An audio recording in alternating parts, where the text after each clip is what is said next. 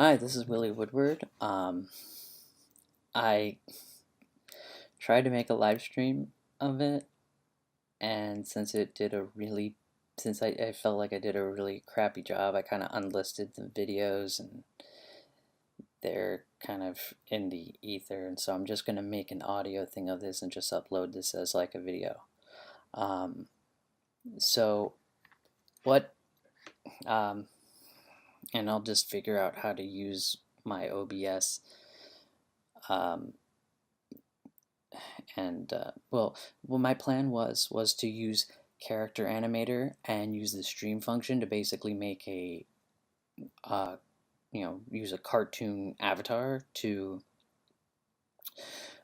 do the live stream, because I'm a pretty ugly fucker and I did not I did not want to burden you with the my disgusting visage. um So yeah, and I kind of goofed that up, and you kind of saw like me sitting in the garage looking like an idiot. Anyway, so my my live stream was basically trying to explain why the Canon Wars is a thing, and why YouTubers like Midnight's Edge, Doomcock, or DVD Overlord, Mecha Random 42, Nerdrotic, etc. Why they're growing in popularity. And I wanted to use as a jumping off point was there's a video by Wisecrack, and Wisecrack is normally a good channel. They normally make some very insightful stuff, but when it comes to The Last Jedi, they kind of they kind of teeter that line between YouTube shill, like, Honest Trailer complaining about people being, toxic fans, and being, fans who are like, yeah, this is bullshit. Like who are, like the people in the Canon Wars. Um, their video basically, they took this situation of the Canon Wars and they were saying, well, this was like in the, I want to say 1700s. It's around the Enlightenment period. Um, where the Reformation, well, actually, technically, the period's called the Reformation, um, started, where the Catholic Church was on par, if not equal, to actual state governments. It wasn't a, those countries in Europe, they weren't a theocracy. Well, most of the places weren't a theocracy, but they might as well be, because they had their kind of their finger on the, they could make decisions that could affect state.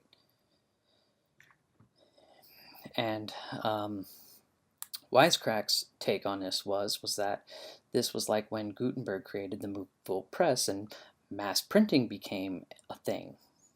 And they were saying is like how, Canon was like, the word, Christianity, and how people, when they were being exposed to the Bible, they had different interpretations of Christianity, and they broke away from the Catholic Church, etc. And with all due respect to the people at Wisecrack, I think that's a crock of shit. I think it's much simpler than that.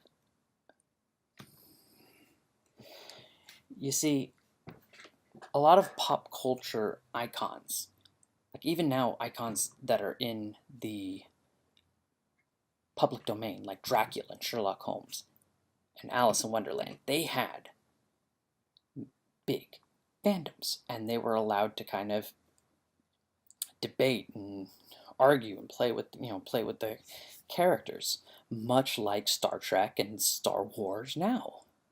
And the thing is, Star Wars would be nothing without the fans, because it was a fan letter writing campaign that brought Star Wars. Oh boy, that brought Star Trek back from cancellation. So, it's. And, it was like Star Trek fans who started the first, comic book conventions. And Star Wars, I mean, that was one of the first movie trailers that debuted at Comic Con. He brought it to the fans. And George Lucas has, I mean, there's several instances where you can find things of like, how he opened up the sound effects library, etc., for fans to make fan films of. Um, there's even like fan film contests.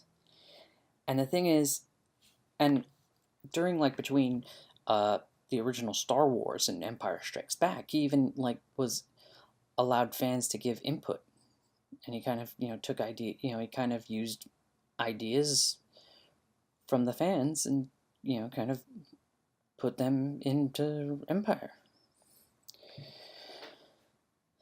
The big difference between Disney and George Lucas, because like when George Lucas did the prequels, and people hated them.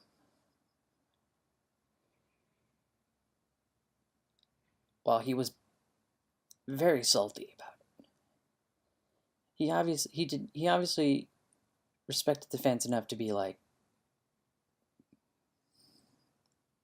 to back off.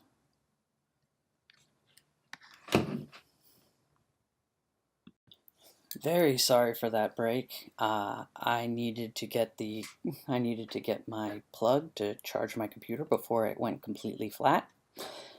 But my getting back to my point was that even though there was a fan backlash of the prequels, George Lucas was smart enough to not go and badmouth the fans. Um,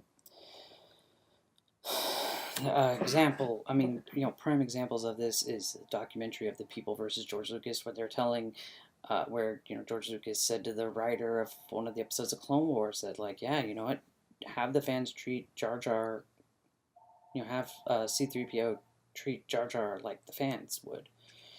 So, I mean, he was well aware.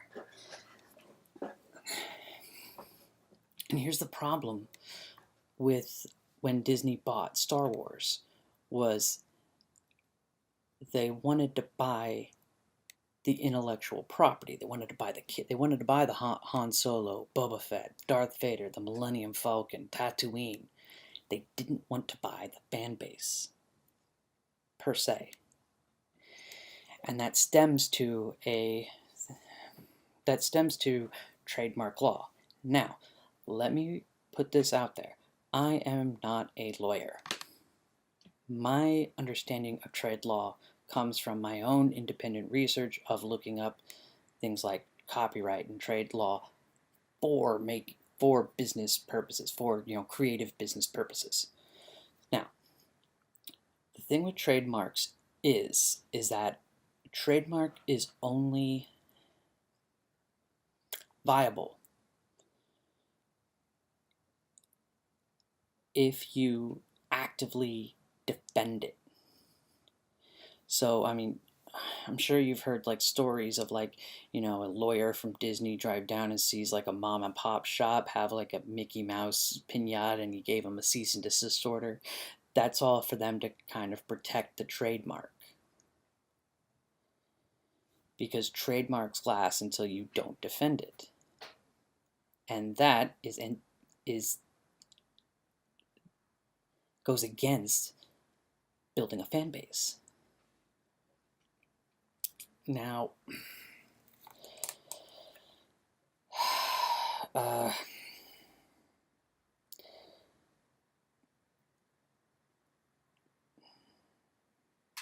so, the question now. I mean, that's why. That's why, like when they demolished the expanded universe, people went apeshit because that was fan built.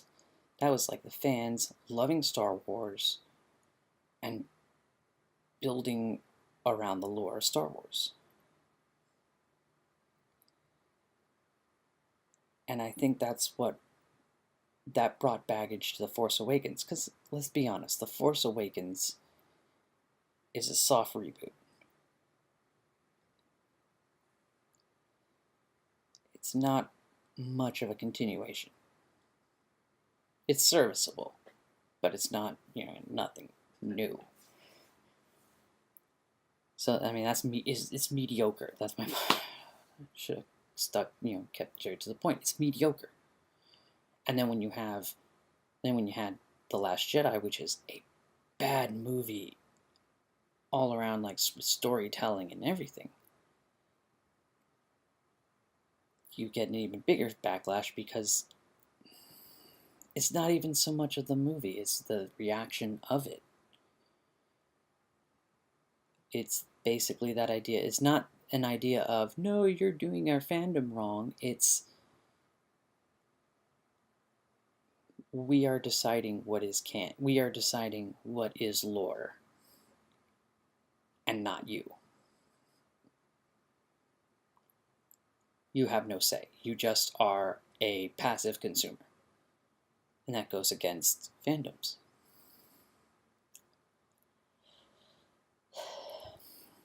Which leads me to why I think YouTube channels like Midnight's Edge, Overlord DVD / Doomcock, aka Doomcock, Mecha Random, Neurotic channel, I think this is why they're thriving, because they are, they're not just going like, here is some content, enjoy it. They're people who are actively in each other's communities. Like, I'll be honest, I found Overlord DVD through Midnight's Edge. I found Mecha Random through DVD Overlord. I found Neurotic from Midnight's Edge, Overlord DVD, and Mecha Random, etc., etc. I mean, there's Captain April, who I subscribe to, and I found him through the chats. So I mean, it's that whole idea of the for us by us type thing. For lack of a better term, I'm pretty sure there's a much better term. It's the FUBU concept. And FUBU was this clothing store that was basically, it was, try and word this in a very diplomatic kind of marketing way. It was clothing that was built for a hip-hop audience by fans of hip-hop. Like fans of like hip-hop culture. It was for fans by fans. And that's what Disney, that's what Star Trek, that's what they're all bumbling at. That's what the thing is with the Canon Wars. The Canon Wars isn't exactly the thing of what is considered canon or not. It's how much of a stake do fans have? Well, anyway, here's my kind of like live stream take two. Well, not even live stream because I'm just recording this. I really hope you enjoy it. Hopefully I'll give you guys a proper live stream, one that is not interrupted by technical difficulties or family members, because that's what interrupted the second one. But I hope you enjoy this and have a good night. Bye.